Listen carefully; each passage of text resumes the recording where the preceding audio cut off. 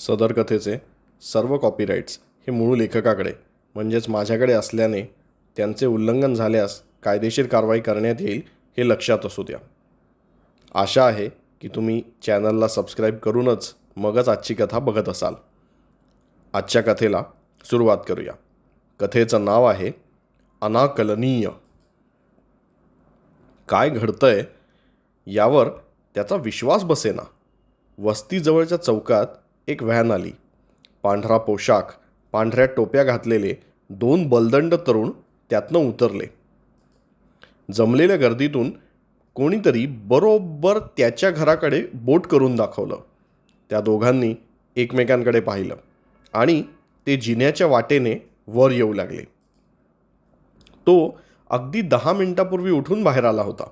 उठल्या उठल्या त्याच्या डोक्याच्या मागच्या भागात जडपणा जाणवत होता. हा सगळा काय प्रकार आहे हे बघत बघत तो डोक्याला हात लावत होता. ते दोघं आता त्याला जिन्याच्या मार्गाने वर यायला निघाले आहेत हे दिसलं. ते त्याच्याच घरी त्यालाच पकडून घेऊन जायला आलेत हे त्याच्या लक्षात आलं तोपर्यंत खूप उशीर झाला होता. एकाने त्याला धरून ठेवले आणि दुसऱ्याने इंजेक्शन देऊन त्याला शांत केले. मग परिस्थिती हळूहळू आटोक्यात आली. मला काय धरताय? अरे त्याला धरा. खुनी आहे तो. खुनी आहे. माझ्या समोर त्या तिथे मी असं काहीसं बोलता बोलता त्याची शुद्ध हरपली. त्याला व्हॅनमध्ये घालून घेऊन आले. त्याला जाग आली तेव्हा तो एका खोलीत होता. डोकं जड वाटतच होतं. खोलीत मध्यभागी एक दिवा होता. त्याचा एक हात टेबलाच्या पायाला साखळीने बांधून ठेवला गेला होता. समोर डॉक्टर आले. आता कसा आहेस? त्यांनी विचारलं. मला इथे का आणलंय? माझी काय चूक? तो म्हणत होता. तू जरा शांत हो, डॉक्टर म्हणाले. तुम्हाला तरी काय, मी सांगतोय ते ऐका जरा आणि मग सल्ले द्या, तो म्हणाला. काय म्हणणं आहे तुझं? डॉक्टर आता जरा गंभीर झाले होते. हा सगळा प्रकार गेल्या महिन्यात सुरू झाला. तुम्हाला माहीत असेल ती बातमी आली होती ना? कोणती बातमी? डॉक्टर प्रश्नार्थक भाव त्याच्याकडे घेऊन बघत होते. तीच जी सुरुवातीला 2 दिवस रेडिओवर ऐकवली आणि मग अचानक बंद झाली. कोणीतरी मुद्दाम बंद करावी तशी. मी पहिल्या वेळीच नीट ऐकली होती. सहसा अशी चूक माझ्याकडून होत नाही. ते स्पष्ट बोलले होते की पृथ्वीवर परग्रहावरचे जीव अवतरलेत. एकाच नाही तर अनेक ठिकाणी त्यांच्या असण्याचे पुरावे सापडलेत. कुठे पाऊलखुणा तर कुठे लोकांचे स्वानुभव. ते जे कोणी आहेत त्यांच्याशी नेमका संवाद साधायचा कसा, किंवा ते इथे कुठल्या हेतूने आलेत हे आपल्याला तेव्हा माहीत नव्हतं. पण ही बातमी अजून फक्त 2 दिवस ऐकायला मिळाली. त्यानंतर त्याचा काही उल्लेखच नाही. खरी शंका मला तेव्हाच आली होती. तो एवढं बोलून थांबला. त्याचा घसा कोरडा पडला होता. थोडं पाणी पीत त्याने पुढे सांगायला सुरुवात केली. आपल्या गावामागच्या डोंगरात देखील काहीतरी नक्कीच घडलं होतं. मी दुसऱ्याच दिवशी जेव्हा फेरफटका मारायला गेलो तर रस्त्यात 2 रानटी कुत्री मरून पडली होती. मेली होती हे काही विशेष नाही, पण त्यांना अक्षरशः फाडून टाकलं होतं. एखाद्या लहान मुलगा खाऊचं पाकीट जसं टरकन फाडतो आणि आतलं सगळंच बाहेर पडतं, काहीसं तसंच. मी जास्त पुढे गेलो नाही, पण जिथपर्यंत गेलो तिथे एक वेगळ्याच प्रकारची शांतता होती. पानांची सळसळ नाही, पक्ष्यांचे आवाज नाहीत. एक पोकळी. खूप विचित्र वाटलं. तो बोलत होता. बोलता बोलता त्याला घाम फुटला होता. तुम्हाला विश्वास बसणार नाही, पण ते जे कोण आहेत ते आपल्याला गुलाम बनवायला किंवा आपला समूळ नायनाट करून सगळं गिळायला आलेत. लोकांचा विश्वास बसत नाही, पण हेच खरं आहे. डॉक्टर हे ऐकून काहीच बोलले नाही.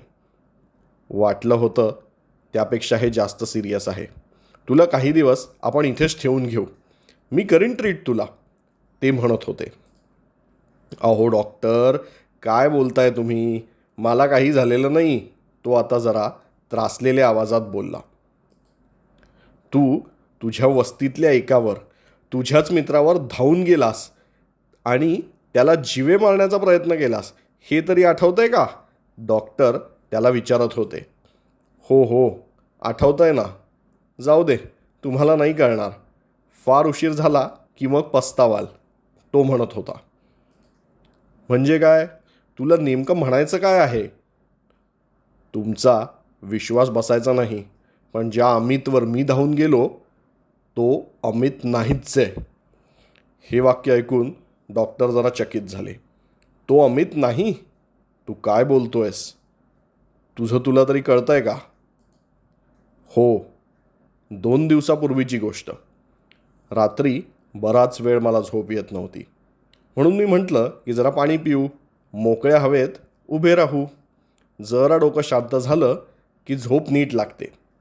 पण मी जेव्हा बाहेर आलो तर मला जे दृश्य दिसलं ते मी या जन्मात तरी विसरणार नाही. वस्तीच्या आवारात एक गोल वर्तुळ करून 8-10 लोक उभे होते.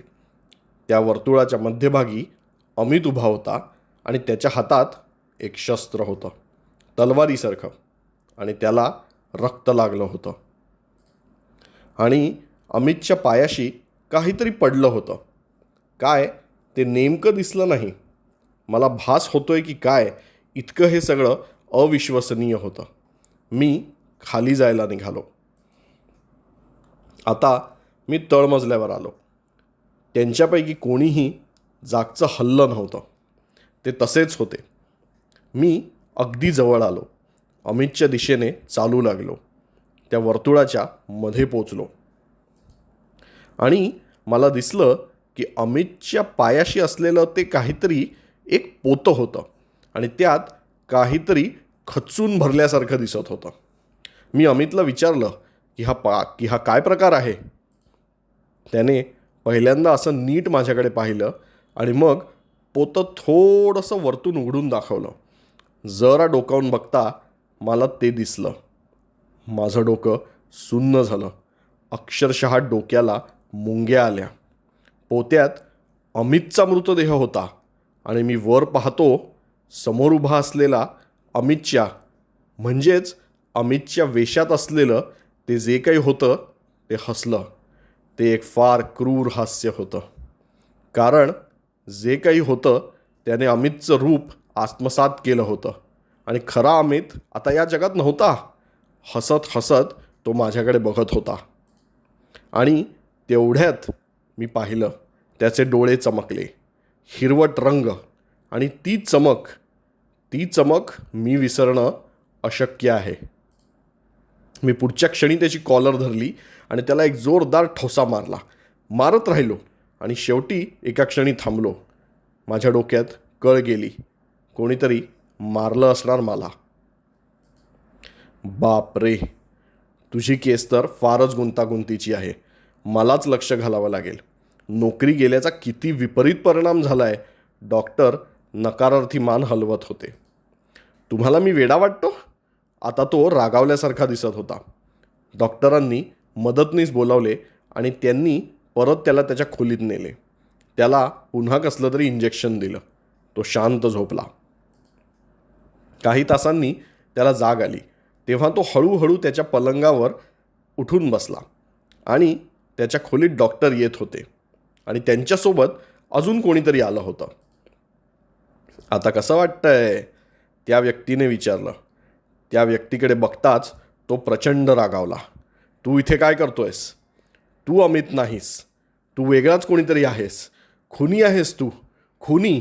आणि आता अमितचं रूप घेऊन फिरतोयस, असं म्हणत त्याने दोन्ही पाय पलंगावरून खाली सोडत तो पुढे झाला आणि तेव्हा त्याच्या लक्षात आलं की त्याचे हात बांधलेले होते.